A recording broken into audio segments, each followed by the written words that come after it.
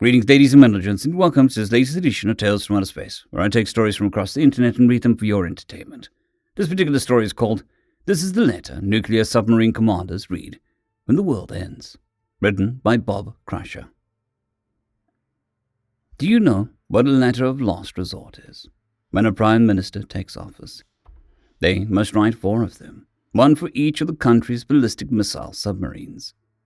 The letters contain orders on what the submarine captains are to do if the government is destroyed in a nuclear attack. They're a sort of dead man switch that deters a first strike against us, an assurance that the last act of the British people will be nuclear retaliation. Frankly, I'd always felt they were ghastly things, the rigor mortis of a dead nation. Surely the destruction of our enemy, however terrible they may be, would not be worth condemning our planet to nuclear winter. When I first learned of the letters of last resort, I had hoped that they contained orders to stand down. I don't hope that anymore. There are worse fates than nuclear holocaust. My uncle was an officer aboard a ballistic missile submarine that carried a letter of last resort. He was a good man and a better sailor. Growing up, I was proud to call him family. That changed in the mid-90s when he entered a sudden depression that led to his dismissal from the Navy. He spent the rest of his days trying to drink himself to death in a flat outside of Liverpool. He succeeded last week. His landlord found him dead, choked on his own vomit, surrounded by cheap lagers. No one in the family was surprised. To most of them, he died decades ago. Still, I had fond memories of the man he'd been, so I volunteered to drive to Liverpool to clear out his flat. That's when I found the letter of last resort. It was at the bottom of a shoebox containing Navy memorabilia. It was not an original. Those are destroyed when a Prime Minister leaves office. Just a grainy photograph. That said, I believe it to be authentic. These are the contents verbatim. Nuclear response contingency. Ensure these conditions are met before continuing. The VLF transmitters at Rugby, Craigian, and Anthorn have not broadcast for 48 hours. BBC Radio 4LW has not broadcast for 48 hours. Captain, if you are reading this, the worst has come to pass. The United Kingdom has been destroyed. It now falls on you to carry out the last act of Her Majesty's government. I cannot know precisely what brought about the destruction of our island home, so this letter describes several scenarios and the actions you are to take in response. Britain expects that you will do your duty. The Right and Honourable John Major, Prime Minister of the United Kingdom. Scenario White. Proceed with the scenario if either of these conditions are met. The MOD had placed its installations under alert state red or amber. NATO has declared counter-surprise alert state scarlet or orange. An enemy nation has seen fit to destroy us. Writing this letter, I do not know why, but I hope that it was because that we, as a nation, stood against tyranny and refused to surrender to it. I would not allow the free world to sink into the abyss of a new dark age. After all, the only thing necessary for the triumph of evil is for good men to do nothing. I hereby authorize you to execute a retaliatory nuclear strike. You are to launch missiles 1 through 15 and target their warheads at pre-designated population centers in the aggressor nation. You are to hold missile 16 in reserve. Once this mission is complete, you are to place yourself under the command of an allied nation of your choosing so as to carry on the fight. Should no such nation exist, you are to scuttle your vessel and surrender to a neutral nation of your choosing.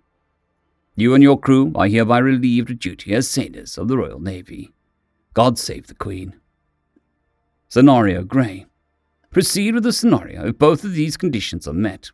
The conditions of Scenario White have not been met.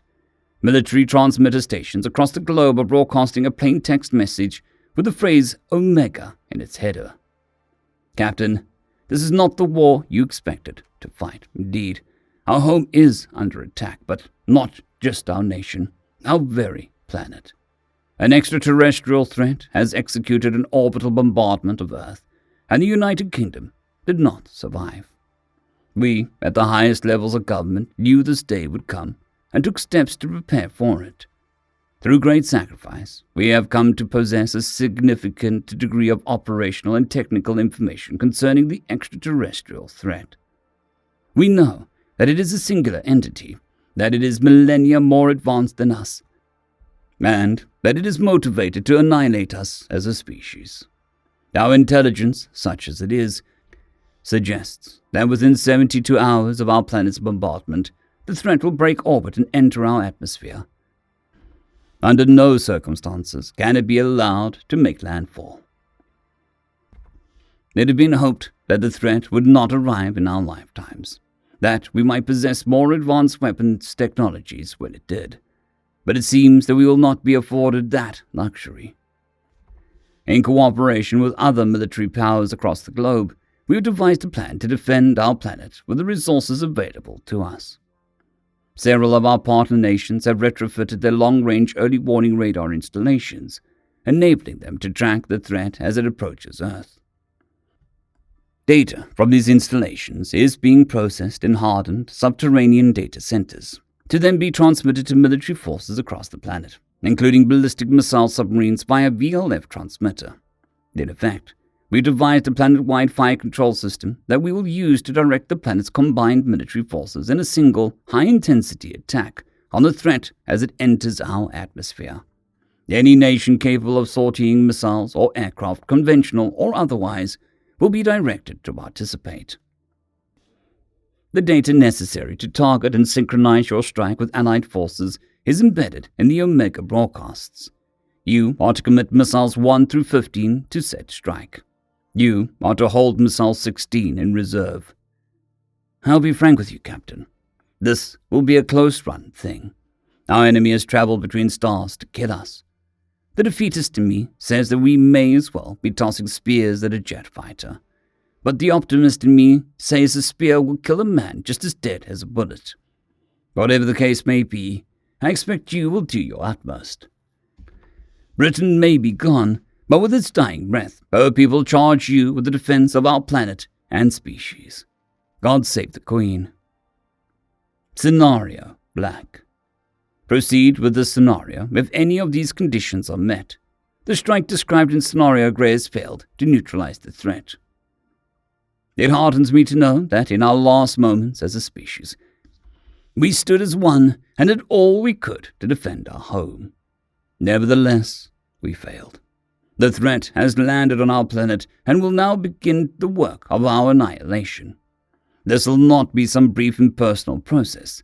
It is to be a protracted massacre, designed by an alien intelligence to be as excruciating and undignified as possible. No human atrocity will compare. It is possible your vessel still contains nuclear warheads. Perhaps too many of our radar or transmitter installations were destroyed in the orbital bombardment, and you never received any fire control data. Perhaps our intelligence was inaccurate, and the threat arrived ahead of our strike window. Perhaps you simply did not read this letter in time. Whatever the case may be, if you are able, I beg of you, launch your warheads now to euthanize as many of us as you can. You are an officer of the Royal Navy, and so I expect your instincts will be to ignore this order and launch a strike against the threat. I implore you not to listen to that instinct. Our intelligence is unambiguous. Only an overwhelming strike on the threat in its atmospheric entry configuration stands a chance of delivering the megatonnage required to disable it. That opportunity has come and gone. You can only do one thing now, and that is to give us the chance to die with dignity. You are to launch missiles 1 through 15 and target their warheads at global population centers as to maximize the loss of human life. In the face of what the threat means to do to us, this is a mercy. There is one last duty you must perform, perhaps the most important of any in this letter. You are to surface your vessel and place Missile 16 in a maintenance configuration, such that its warheads can be accessed from the vessel's topside deck. Your engineering officer will inform you that a Vanguard-class submarine is not designed to have its missile tubes accessed while in open waters, and that doing so could irrevocably damage the vessel. Proceed anyways. Once the missile has been exposed from its tube, access the re-entry vehicle. Unlike the other missiles aboard your vessel, Missile 16 does not contain a payload of nuclear warheads. Instead, you'll find an unmanned spacecraft of a biomechanical, non-human design. It may appear alarmingly alien, but do not fear. It was grown at a BAE Systems facility in Rochester, Kent. Place a hand on the spacecraft's carapace and wait for its largest gland to begin vibrating. Then recite the following aloud. My people and planet are dead. We were killed by an entity residing in interstellar space that is hostile to all sapient life. This threat is not an alien society, machine intelligence, or instinct predator. It is a singular, conscious entity of unknown origin that abhors intelligent life. Its only motivation is to inflict maximal suffering on whatever can understand the depths of its malice.